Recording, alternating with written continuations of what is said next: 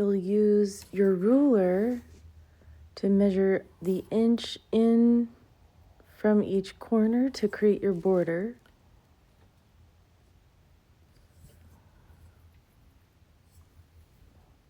Just a little mark will do.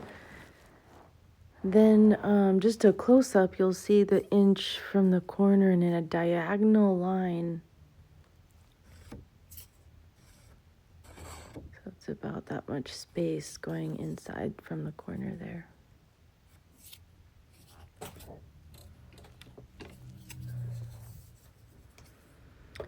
Connect your marks that you made on each corner to create your border.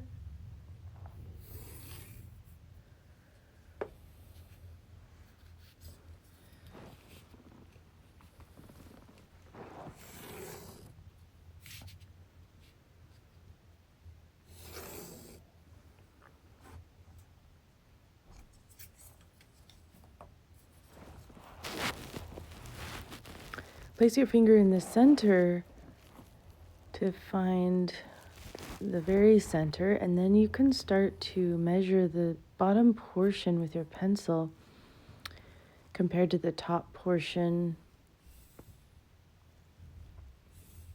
I'm using the tip of the pencil for the center and then pinching it right at the border line. I can get that length. Looks pretty good. So I'm going to measure side to side. And it looks like one side is bigger than the other, so I'm going to move it just a little bit. It doesn't have to be perfect, but just somewhere in the center that feels right.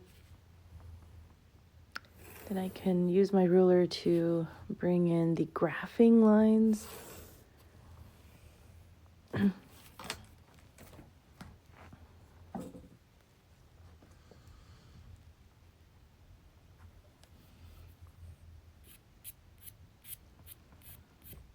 And I'll lightly sketch in a line in the upper left box. Something very light and sketchy. See how the pencil is just grazing over the paper, so you can be very light with it. And then making a little measuring mark on each side how large the shape should be, the length of the top shape. Measuring with the pencil to see how large it should be. I can see from the tip of my pencil to my fingers, I'm measuring that length, pinching the pencil and comparing it to another area on the side. This outside area is about 2 fingers wide. The shape itself is about 3 fingers wide. You might be able to fit 4 fingers. That's okay too. But seeing how that shape is bigger than the outside, drawing straight lines down to form the full length of the candle.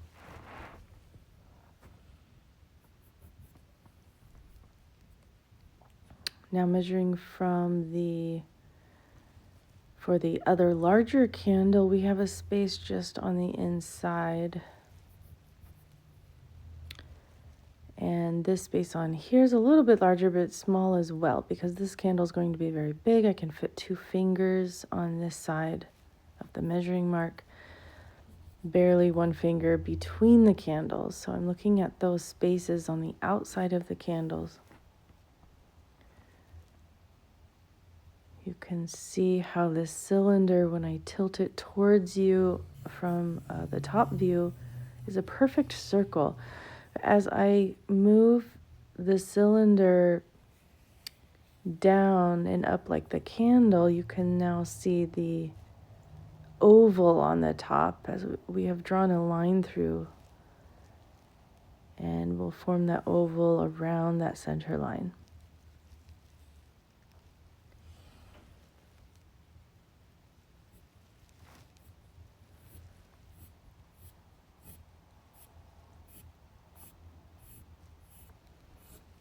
Building the arch around and underneath, they will mirror each other. So the one on the bottom and the top should be around the same size and the same shape, just in opposite curves.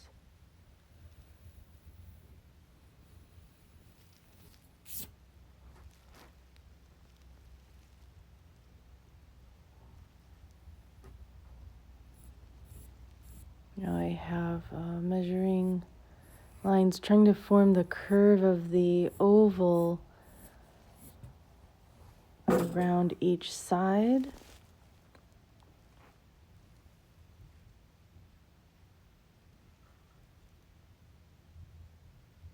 The shape on the top and bottom will mirror each other as well. You want the same shape on the top, so I'm going to bring in the arch,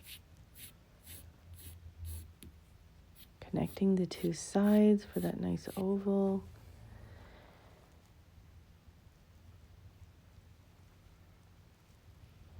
What you want to do is measure the top space. That will mirror the bottom. So I'm going to measure the top portion thickness. It should be exactly the same as the bottom portion underneath the guideline,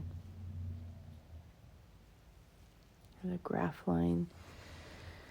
Measure again. Sometimes I measure over and over in different angles just to see if it really is true that they match.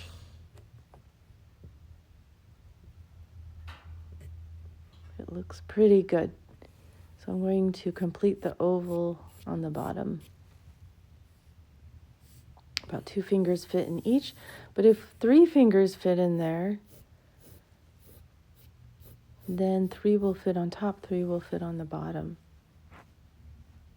They just need to be the same on the top and bottom. And then you have your completed oval.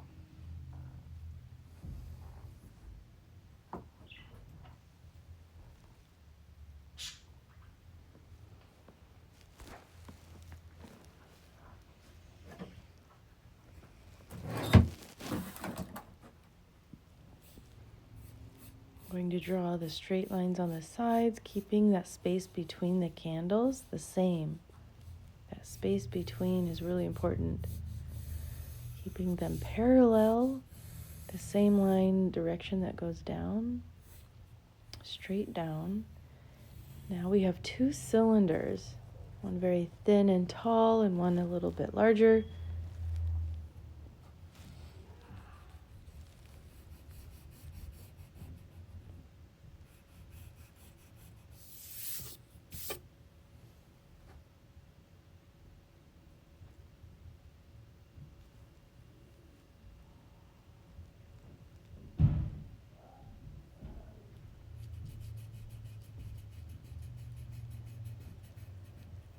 Go ahead and clean up once you have your candles. Again, you can stop this video and complete your shapes if you feel like you need to erase your shapes over and over and start over. That's fine too. Start from the beginning. If you're happy with the shapes that you have, cleaning up the drawing, getting rid of the guidelines. If you still see those lines on your page, this is just practice. So over time, just keep in mind, try to draw as lightly as you can, and you can really erase those lines and make them disappear. So each picture is like, it's almost like playing an instrument. You have to practice over and over again in order to get everything right. Just like playing the piano.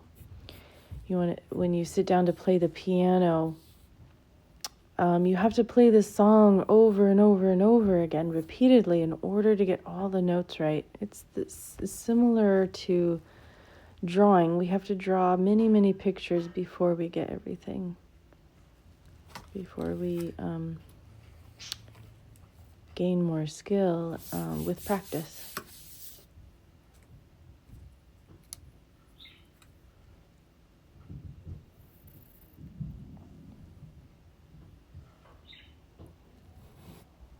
So drawing in the wicks, you can see how they're slightly curved, they're not completely straight. And the space below between the wick and the bottom of that candle shape, the oval, for me it's about 2 fingers wide. There's some space there because the wick is sitting in the middle of the top.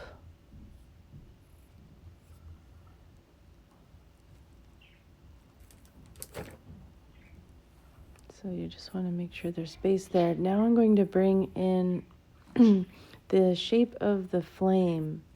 It's very, very pointy on the top, more rounded on the bottom.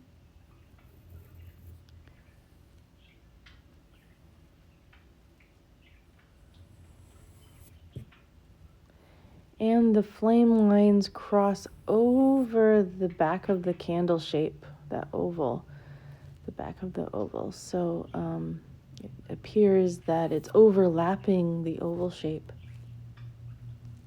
And the size of the flame, you can compare with another part of the candle, maybe sideways, the oval about half or more. This one is about the space between the wick and the bottom of the candle. So that really helps me see what size to draw the flame by comparing one shape in the picture to another shape in the same picture.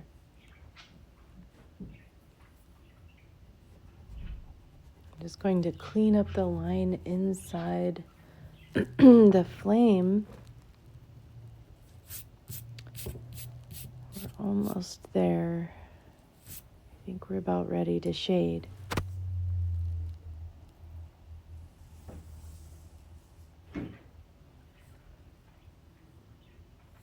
I'm going to sketch out the space, the shadow shapes by sketching in the light part of the candle, this bar I'm creating that's going to be white in the middle. So I'm going to start to shade the shape on the side. Holding my pencil a little farther back and using the edge so that it's nice and smooth. You can use the side of your pencil to really bring in a lot of shading into a shape a little bit more quickly and smoothly. I'm shading all the way up to the line that I drew, leaving the center open.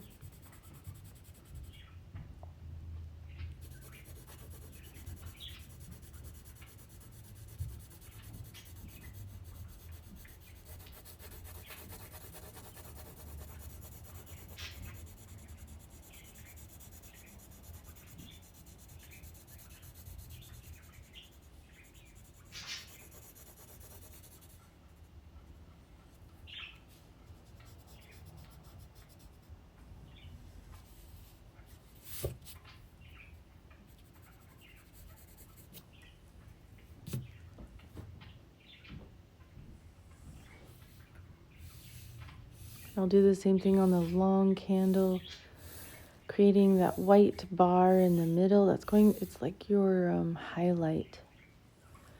It's the light shining onto the object. And then starting to shade in the shapes beside it, the rest of the candle there on the side of my pencil, not pressing too hard. We're just sketching kind of lightly.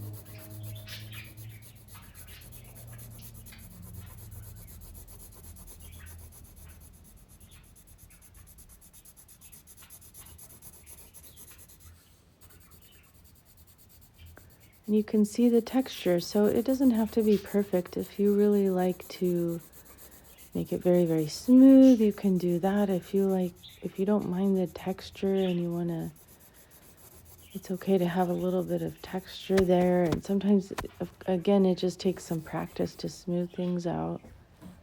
Take some time. But that should be good for now. You can see some of my texture. The pencil strokes. And now I'm going to start to bring in probably the same value. So it's a light gray value. Starting to fill the background in with this, but I think I'll bring in a quick grayscale so you can keep looking at the scale of values. And we'll just bring in the kind of light value that I will be filling in the whole background with, that I filled in the candles already. And something a little bit deeper maybe after that. We might get pretty dark in some areas, so I'm going to then bring in a new box. 5 boxes, white to black. So now we have 5 values on the value scale, and I can bring in that black. As dark as I can get it anyway with the graphite.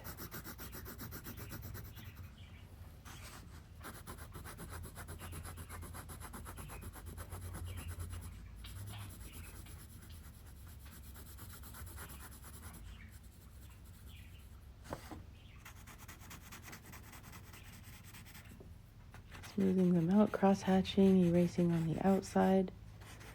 You can make a new scale, or you can bring one out that you've made in the past.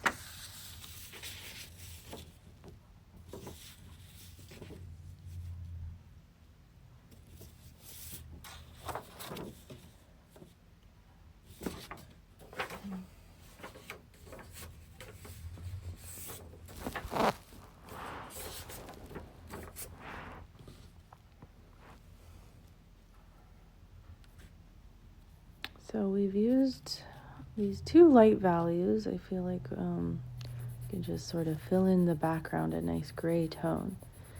Again, it'll feel very sketchy. You can cross hatch. You can make everything go in one direction. You can make it look very, very smooth, or if there's texture, that's fine too. Just want to fill in that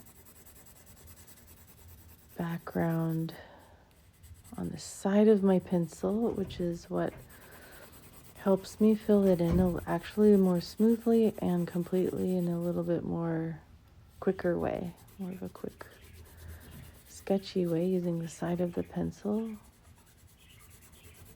You can see how the flame is already coming out as light because of the gray background. The flame will look in contrast to white. It's going to bring out the light of the flame just by placing a gray tone in the background. So that's what we're trying to do, is create contrast so we can see the flame as fire.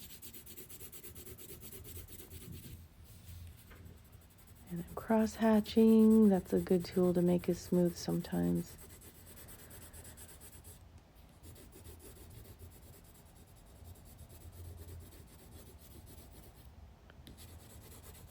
The bottom portion I'm going to keep pretty light actually. I'm not going to fill it in too much, just maybe 1 layer going into the bottom.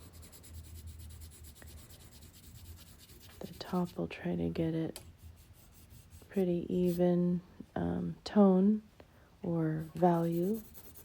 It's just this gray value. You can see I'm holding the pencil a little bit farther away from the middle.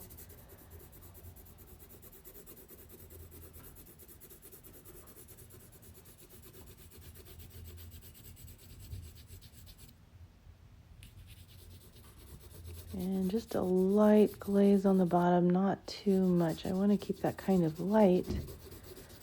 It gives us a sense of the bottom of the candle in contrast. We can see that more clearly. Keeping the bottom a little bit lighter and the top a nice gray tone or value.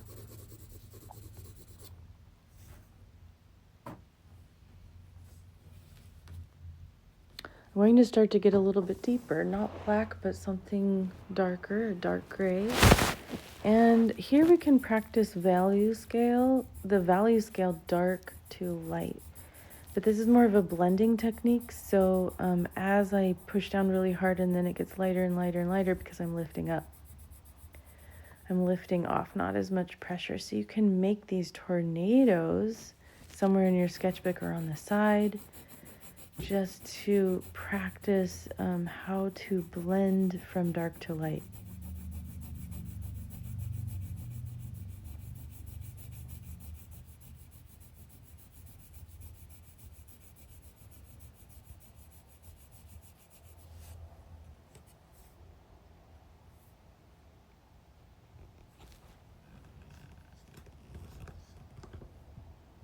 I'll do one a little bit close up so you can really see. I'm pressing a little bit harder, going over it and over it, and then as I move my pencil, shifting the value scale from dark to light, I'm lifting off and making it lighter and lighter and lighter.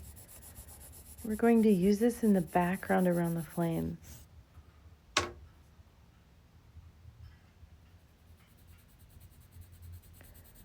So we're building contrast between the flame and the dark shaded area in the background. So we will keep building that contrast to make the flame and the candle feel brighter and brighter.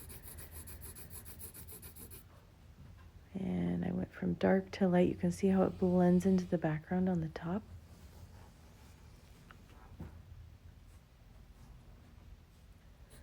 And again, take your time. If you have to pause the video and keep shading, you can pause it. Or if you're not quite at the shading part and you're still working on shapes, that's okay. You can always rewind and start over, or start from where where you're at. If you're ready to shade, you can go back and practice those tornadoes of dark, dark, dark, and then shading out into the background of gray. So it's a nice blending transition from very dark to light. And now this flame on this side is starting to appear much, much more bright as I build almost a black just around it and fading it out into the background. And this is your contrast to make it appear like it's light, it's jumping off the page a little bit more.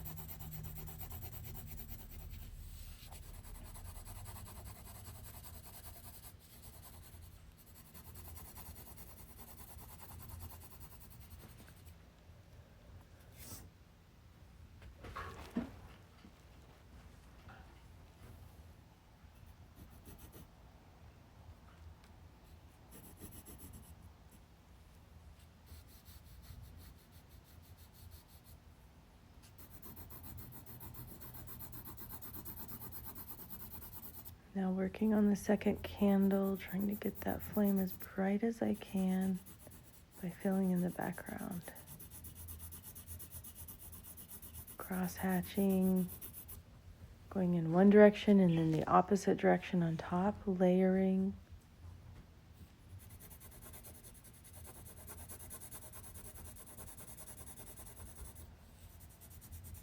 But if you just end up going in one direction once, that's fine too. Just do what you can.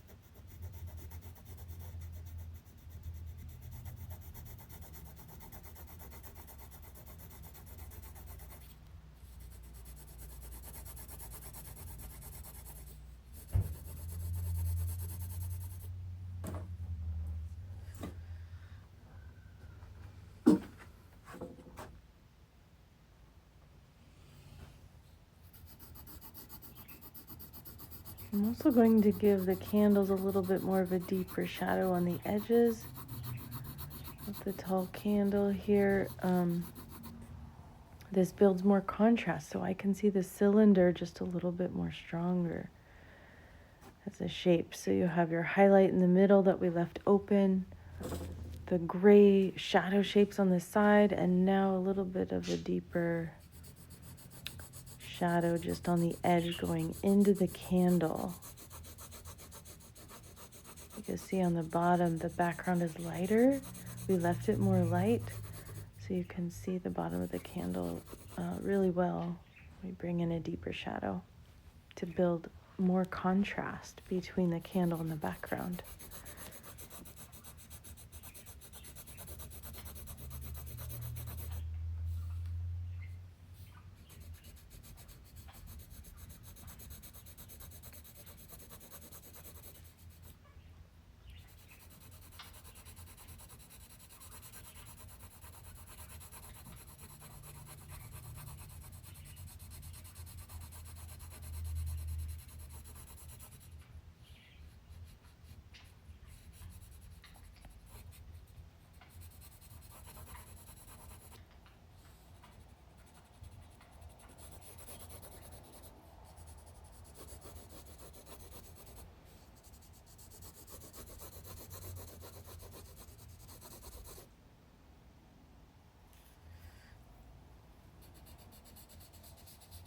And I can clean up the border on the outside,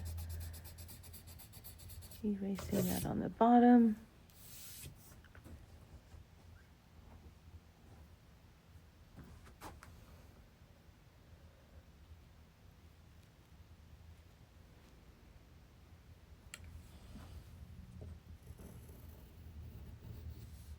Outlining just the top of the candle on the sides, leaving the white part we left open kind of open on the top as well. I'm just going on the edges there, outlining. I'm going to outline the wick as well. Maybe even making the bottom part of the wick a little bit thicker. Really stands in that candle, in the center of that candle.